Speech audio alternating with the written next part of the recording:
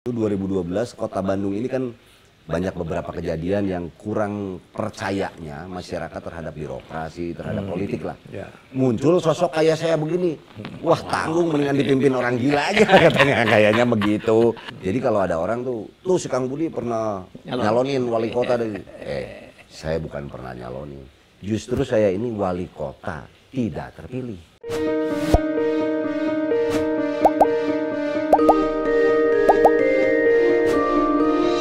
Akan punya kajian nggak? Kenapa Wangsa Selendra membangun itu kenapa tidak di Sumatera? Kenapa harus di Jawa Tengah? Kalau ada yang disebut, kalau ini kajiannya sedikit dari sudut pandangnya si Sunda ya. Ya.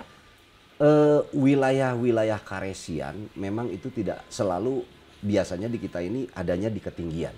Gunung itu selalu menjadi simbol. Simbol di kita, ya. Gunung. Karena dekat ke atas ya. Nah gitulah ya secara spiritualnya. Nah kebetulan ada sebuah titik gunung yang memang ketinggiannya itu jauh lebih tinggi dibanding waktu Danau Toba masih menjadi gunung. Menurut penelitian katanya itu 37 kilo. Jadi kalau sekarang pesawat itu 35.000 meter di atas permukaan air, pesawat Boeing tuh. Ya. Gunung ini masih ada 2000-nya.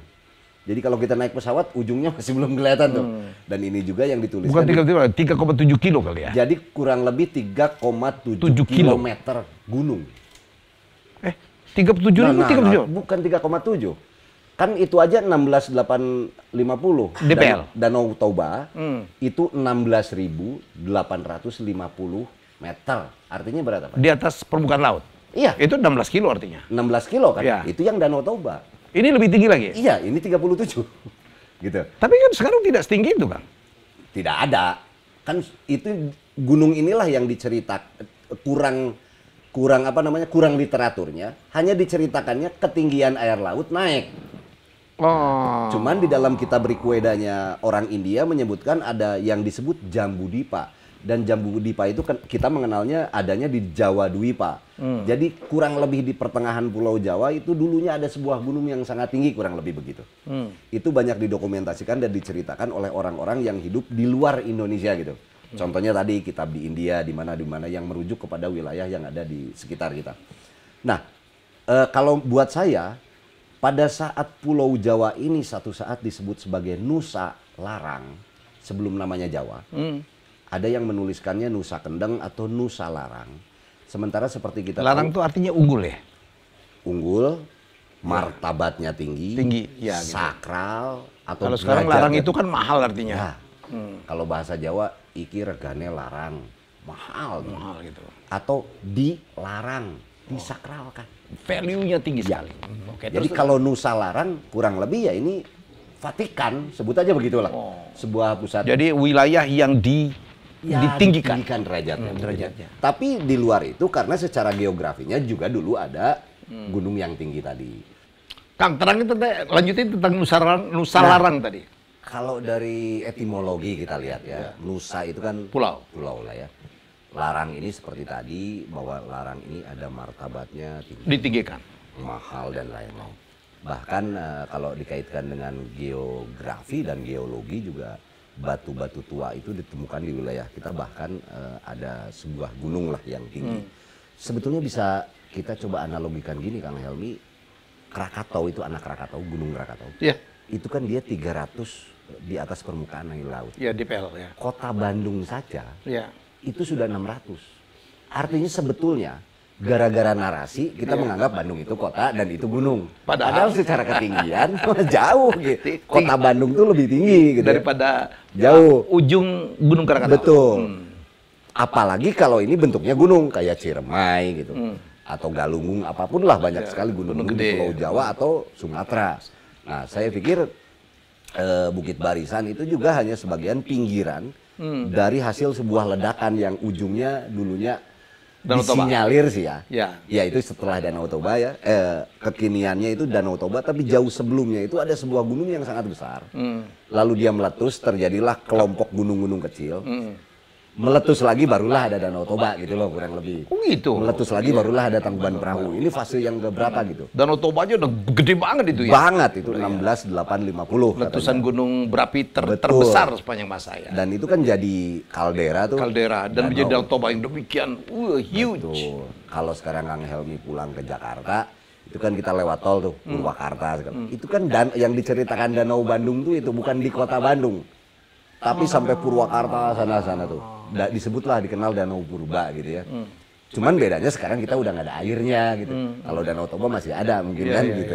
Itu bedanya. Nah, kembali lagi, jadi sangat beralasan juga sebetulnya kalau tiba-tiba kenapa tempat-tempat yang sebutlah ditinggikan derajatnya itu Adanya di Jawa. Kebanyakan di Jawa. Padahal yang memerintahkan di Sumatera. Betul. Kalau Karatuan di Sumatera mungkin. Ya. Karatuan itu gini Kang Helmi, pemahaman di orang Sunda itu ada pola tatanan lama. Tatanan lama itu polanya disebut Tritangtu. Jadi di dalam pemerintahan sebuah negara itu ada Rama, ada Ratu, ada Resi. Rama itu adalah orang-orang yang memberikan nilai bijak. Sebutlah zaman sekarang itu Pancasila. Ideologinya dulu. Kalau Ratu itu presiden. Presiden. Yang memerintah. Betul. Kalau Resi itu guru. Sampai saat juga, sekarang juga Resi itu guru. Jadi di sebuah tatanan negara itu selalu seperti itu. Nah, di mana wilayah karamaan Rama? Nah, Rama itu di Nusa Larang tadi. Ratu itu di luar itu. Mungkin di Sumatera itu. Mungkin di Sumatera. Oh, sangat banyak harusnya peninggalannya kalau bentuknya kerajaan ya. Sampai ke Thailand, siapa tuh Asia Warman dan lain-lain. Karena kita dulunya satu gitulah kurang lebih. Satu roots kebudayaan. Jadi kembali lagi pada saat ada statement tadi mengenai bingungnya mengenai Sriwijaya yang sangat besar di dalam cerita sejarah, bingungnya itu kan yang namanya sejarah zaman sekarang itu butuh artefak katanya gitu ya. Sementara artefak ini masih sulit untuk ditemukan. Entah memang gara-gara letusan gunung berapi tadi tiba-tiba mereka terendam, atau terpencar kemana-mana. Atau terpencar, butuhnya eskavasi gitu ya. Sementara di atasnya sudah ada kota sekarang gitu ya. Di kita itu sulitnya seperti itu.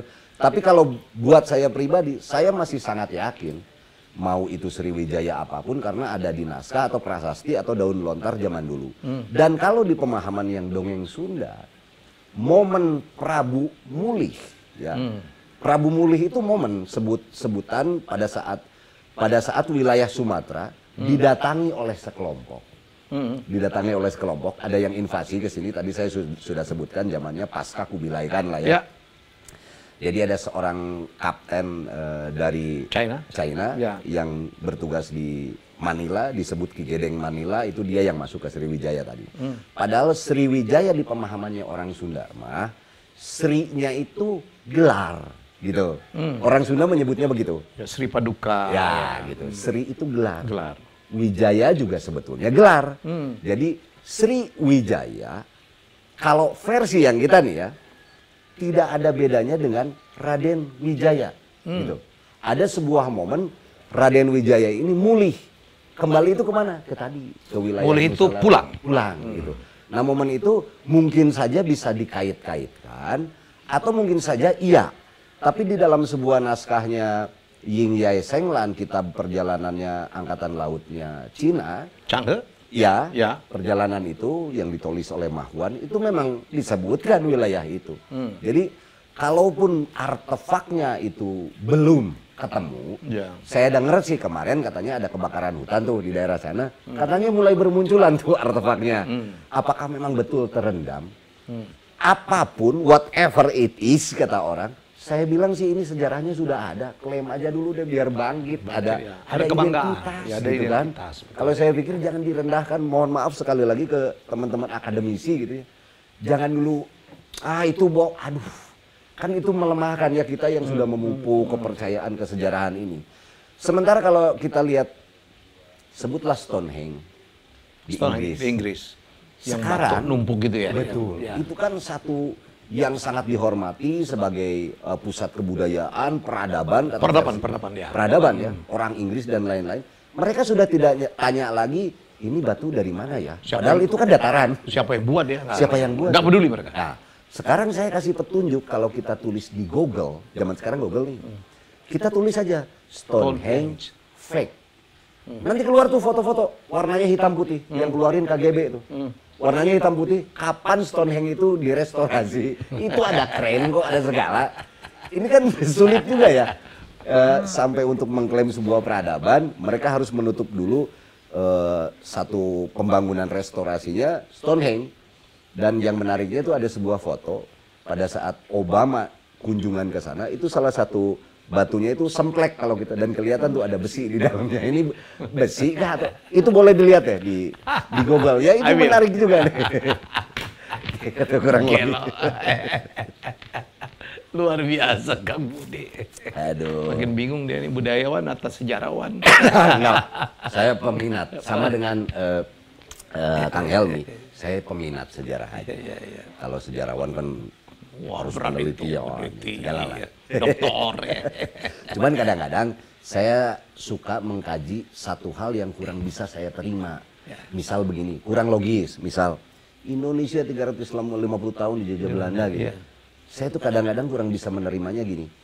1945 Indonesia merdeka. Kalau kita tarik 350 tahun, maka hasilnya itu 1595. Sementara saya buka sejarah Belanda. Belanda itu baru declare mereka merdeka tuh 1585. Jadi 10 tahun kemudian mereka tiba-tiba ngejajah kita. Gitu ya. Indonesia udah 75 tahun merdeka. Boro-boro ngejajah Singapura yang kecil, mikirin Indonesianya aja bingung gitu kan. Jauh lagi. Jauh lagi di Belanda gitu ya. Atau VOC ini Belanda bukan itu gabungan perusahaan dari beberapa negara. Dan yang saya tahu VOC itu cuma 3 visinya tuh, misinya gold, gospel, and glory, cuma itu. Nggak ada tulisannya tuh rempah-rempah, cengkeh, merica, nggak ada tuh. Kok ini gold nggak pernah dibahas ya? Atau tabu buat ngebahas itu. Sementara wilayah kita memang penghasil mineral terbesar apapun gitu. Atau ini juga salah satu yang ditutupi, ya kita tidak pernah tahu. Mari kita eksplor. Nah, itu. Banyak banget di proyek saya sama Kang Budi. Udah berapa jam? 1 jam lebih. Gelo. Kayaknya akan ada part 2. Tiap ke Bandung saya minta waktu mampir. Siap. Di sini mah terbuka terus. Wah, ini Akang tuh koleksi ini juga ya? Boot ini? Ya, dulu zaman motor-motoran tadi. Jadi kalau saya suka nyaman dengan motor yang pakai sepatu yang aman lah. Kan motor tua tuh kadang-kadang tiba-tiba remnya macet gitu. Gitu, kaki kena stepnya dan jadi saya harus boot yang benar. Ya, harus. Ini lokal atau luar kan? Ada beberapa yang lokalnya ada juga. Ya. Tapi kebanyakan memang yang luar. Tapi lokal udah mampu buat ya? Sudah mampu, sangat mampu. Sangat mampu.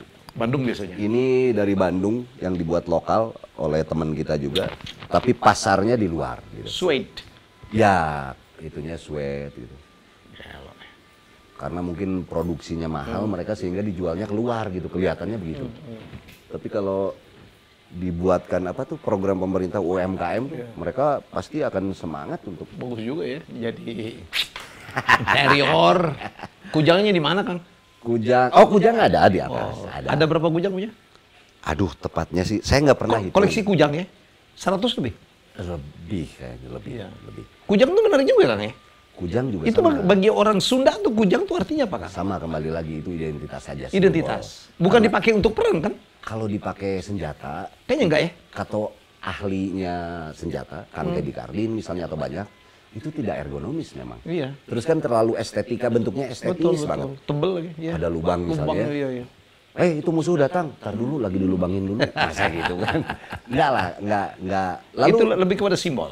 Lebih kepada simbol kesundaan. Ya, jadi simbol kedaulatannya sebuah negara mungkin begitu ya. Analoginya begini. Ada nilai-nilai filosofi di dalam kujang itu. Kalau zaman sekarang, kesepakatan kita hidup di Indonesia itu disimbolkan dalam Garuda Pancasila. Itu kan simbol-simbolnya negara Indonesia. Disepakati oleh kita semua. Kenapa Garuda ini ada? Karena Indonesianya masih ada. Kalau Indonesianya sudah nggak ada, pasti nilainya udah nggak ada. Nah, bertepatan dengan ada tulisan di semua babad, runtuhnya atau runtagnya Pajajaran, itu 1578. Jadi memang kata ahli-ahli metalurgi, sebelum jadi tahun 1600 ke belakang itu ada kujang. Setelah itu memang sulit menemukan kujang. Kalau kita kaitkan dengan tulisan yang tadi, memang zaman Pajajaran mungkin masih ada sebagai eksistensi lah, sebagai simbol. Tapi pada saat Pajajaran runtuh memang tidak ada, sulit kujang itu. Kujang itu? Iya, untuk dicari ya. Nah, maka dari itu kujang itu adalah simbol. Simbol. Simbol. Lambang bahwa pernah ada Ada kerajaan ya, Pajajaran. Betul, dengan nilai-nilainya tadi.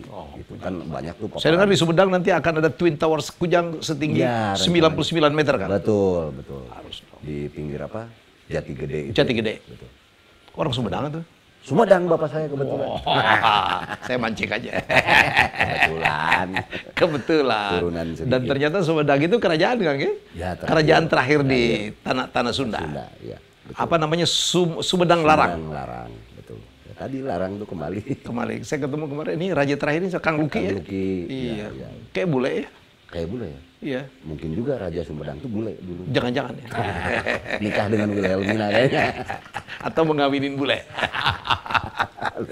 Sehingga keturunannya ada Indo-Indo dikit. Orang Sunda mah cakep-cakep. Kang, pertanyaan terakhir. Ya, siap. Masih mau nyalon-nyalon pilkada? Aduh, ampun. Ini Jadi, pertanyaannya. Ini tapi menarik, Kang Helmi, salah satu perjalanan yang sebetulnya di luar rencana. Di luar kerjaan saya. Cuman mungkin saat itu 2012 Kota Bandung ini kan banyak beberapa kejadian yang kurang percayanya masyarakat terhadap birokrasi, terhadap politik lah. Ya. Muncul sosok kayak saya begini. Wah, tanggung, mendingan dipimpin orang gila aja katanya, kayaknya begitu. Sehingga ya kebetulan saya lolos di verifikasi KPU dan lain-lain. Independen memang. Terus saya dicalonkan saat itu, dan yang menariknya tuh ada Pak Aceng Fikri dari Garut. Beliau ini kan dikenal juga sebagai pemimpin Garut yang independen. Kesini tuh memberikan support loh. Wah, Kang Budi, dia apresiasi, dia support. Tapi awas, anginnya gede, dia bilang tuh kan, karena independen gitu. Ya ternyata memang iya gitu ya. Apalagi yang bercerita black campaign lah gitu ya. Nah, semenjak itu memang saya nggak pengen deh jadi kayak gituan lagi. Nggak bisa memang. Dan memang kebetulan saat itu saya lagi di Belanda. Teman-teman itu mungkin juga ingin menjebak ya, mendaftarkan saya lewat KPU dan lain-lain tanpa ada saya saat itu, Pak. Izin tapi? Ya, izin kasih tahu. Tapi kan nggak mungkin lah, ngapain saya jadi wali kota. Tapi waktu saya pulang ternyata memang foto saya beredar di mana-mana tuh di pinggir jalan. Sampai orang tua saya aja marah. Nanaunan maneh. Itu apa-apaan lo gitu kan. Apa tuh? Ayah wae. Ayah wae. Nggak tahu teman-teman, saya bilang. Ya, nggak lah saya di situ nggak politik. Tapi menambah pengalaman ya? Pengalaman aja. Jadi kalau ada orang tuh si Kang Budi pernah nyalonin wali kota dari saya bukan pernah nyalonin. Justru saya ini wali kota tidak terpilih. Ampun ya. Tapi sempat turun juga waktu itu. Kampanye gitu. Ya kampanye seadanya lah, seadanya, yang penting keliling aja. Lu dapat berapa persen sih, Kang?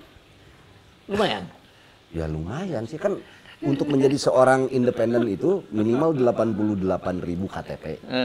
Saya kan ini jadi cerita begini nih. Saya dekat sama teman-teman anak metal gitu. Jadi ada festival metal gitu di sebuah tempat. Itu kan yang nontonnya hampir 50.000. Saya buka stand tuh, Budi Dalton gitu. Ngapain tuh si Kang Budi? Kita mau calonin Kang Budi jadi wali kota. Terus gimana, apa yang bisa dibantu? KTP. Ayo. Jadi KTP saya tuh berwarna semua, real. Bukan dari disduk itu katanya, kan ada yang belilah data apa. Enggak, kalau saya real semua KTP. Dari teman-teman yang begitu. Sampai saya punya 126 KTP, 126.000 KTP. Padahal kewajibannya cuma 88.000. Ya lumayan lah ada saat itu. Karena mungkin orang sedang jenuh terhadap birokrasi saat itu. Ada agak-agak anti kemapanan. Antik juga gitu. Wah ini kayaknya wali kota calon yang ini anti kemapanan nih orangnya. Terus saya jawab kan, dia itu bukan anti kemapanan, tapi dia memang belum makan. Oke, penutup nih. Jangan-jangan nih ada hubungan dengan quote-nya dari Budi Dalton. Gue suka banget. Kadangkala kita harus meneladani orang gila. Kalau orang warasnya tidak lagi bisa berikan contoh yang baik. Jangan-jangan ada hubungan dengan itu ya. Betul.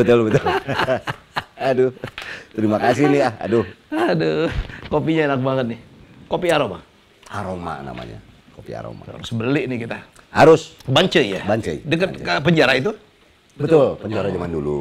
Ya. Sekarang nggak dipakai lagi ya bancainya? Nggak. Ada nama penjara Bancai di Kota Bandung, tapi tidak di Bancai, di Soekarno-Hatta, namanya penjara Bancai. Itu tuh pindahan yang dulu dari Bung Karno di Bancai ya? Soekarno-Hatta. Jalannya Jalannya Bung Karno dulu sempat ditahan di Bancai. Bancai yang real, yang Oh, ini, yang real. yang deket Asia Afrika itu. Afrika. Di situ. Pusat Kang kota. Budi, terima kasih banget. Waduh. Banyak saya dapat tambahan pengetahuan, inspirasi, proyek. Aduh, proyek. Ayo, Kenaro kita pentasin teman-teman. Siap. Kumpul, Siap. ya kumpul-kumpul. Kita gotong royong aja. Ya. Gotong royong. Kelihatannya banyak pemain-pemain yang zaman Kang Aroknya Kang Helmi itu Ya. kayaknya banyak sudah pada tinggal di Jakarta juga. Iya. Iya. Kita bangkitkan lagi. Ada Acan. Saswi di mana Saswi? Saswi gila. Jakarta, Bekasi sana. Ya. Baik, semoga ini saya menyampaikan hajat. Banyak banget Kang Budi Dalton dong, apalagi setelah saya dengan Erik Sukamti di Bandung juga ada tuh. Orang antik. Ini antik banget memang ya. Ngomong apa aja nyambung. Nah, ini ada satu quality talk ya, obrolan yang sangat luar biasa, ada budayanya, ada sejarahnya ya. Ya, semoga kita banyak bisa pelajarin. Kita jumpa lagi dengan tamu saya selanjutnya. Saya yang jadi tamu di sini. Tapi acaranya tamu saya. Kapan-kapan saya diajak ngobat. Siap. Siap. Tapi harus live, harus ke sini ya. Iya, setiap Senin. Nanti saya nyari waktu. Siap. Ya. Bye-bye.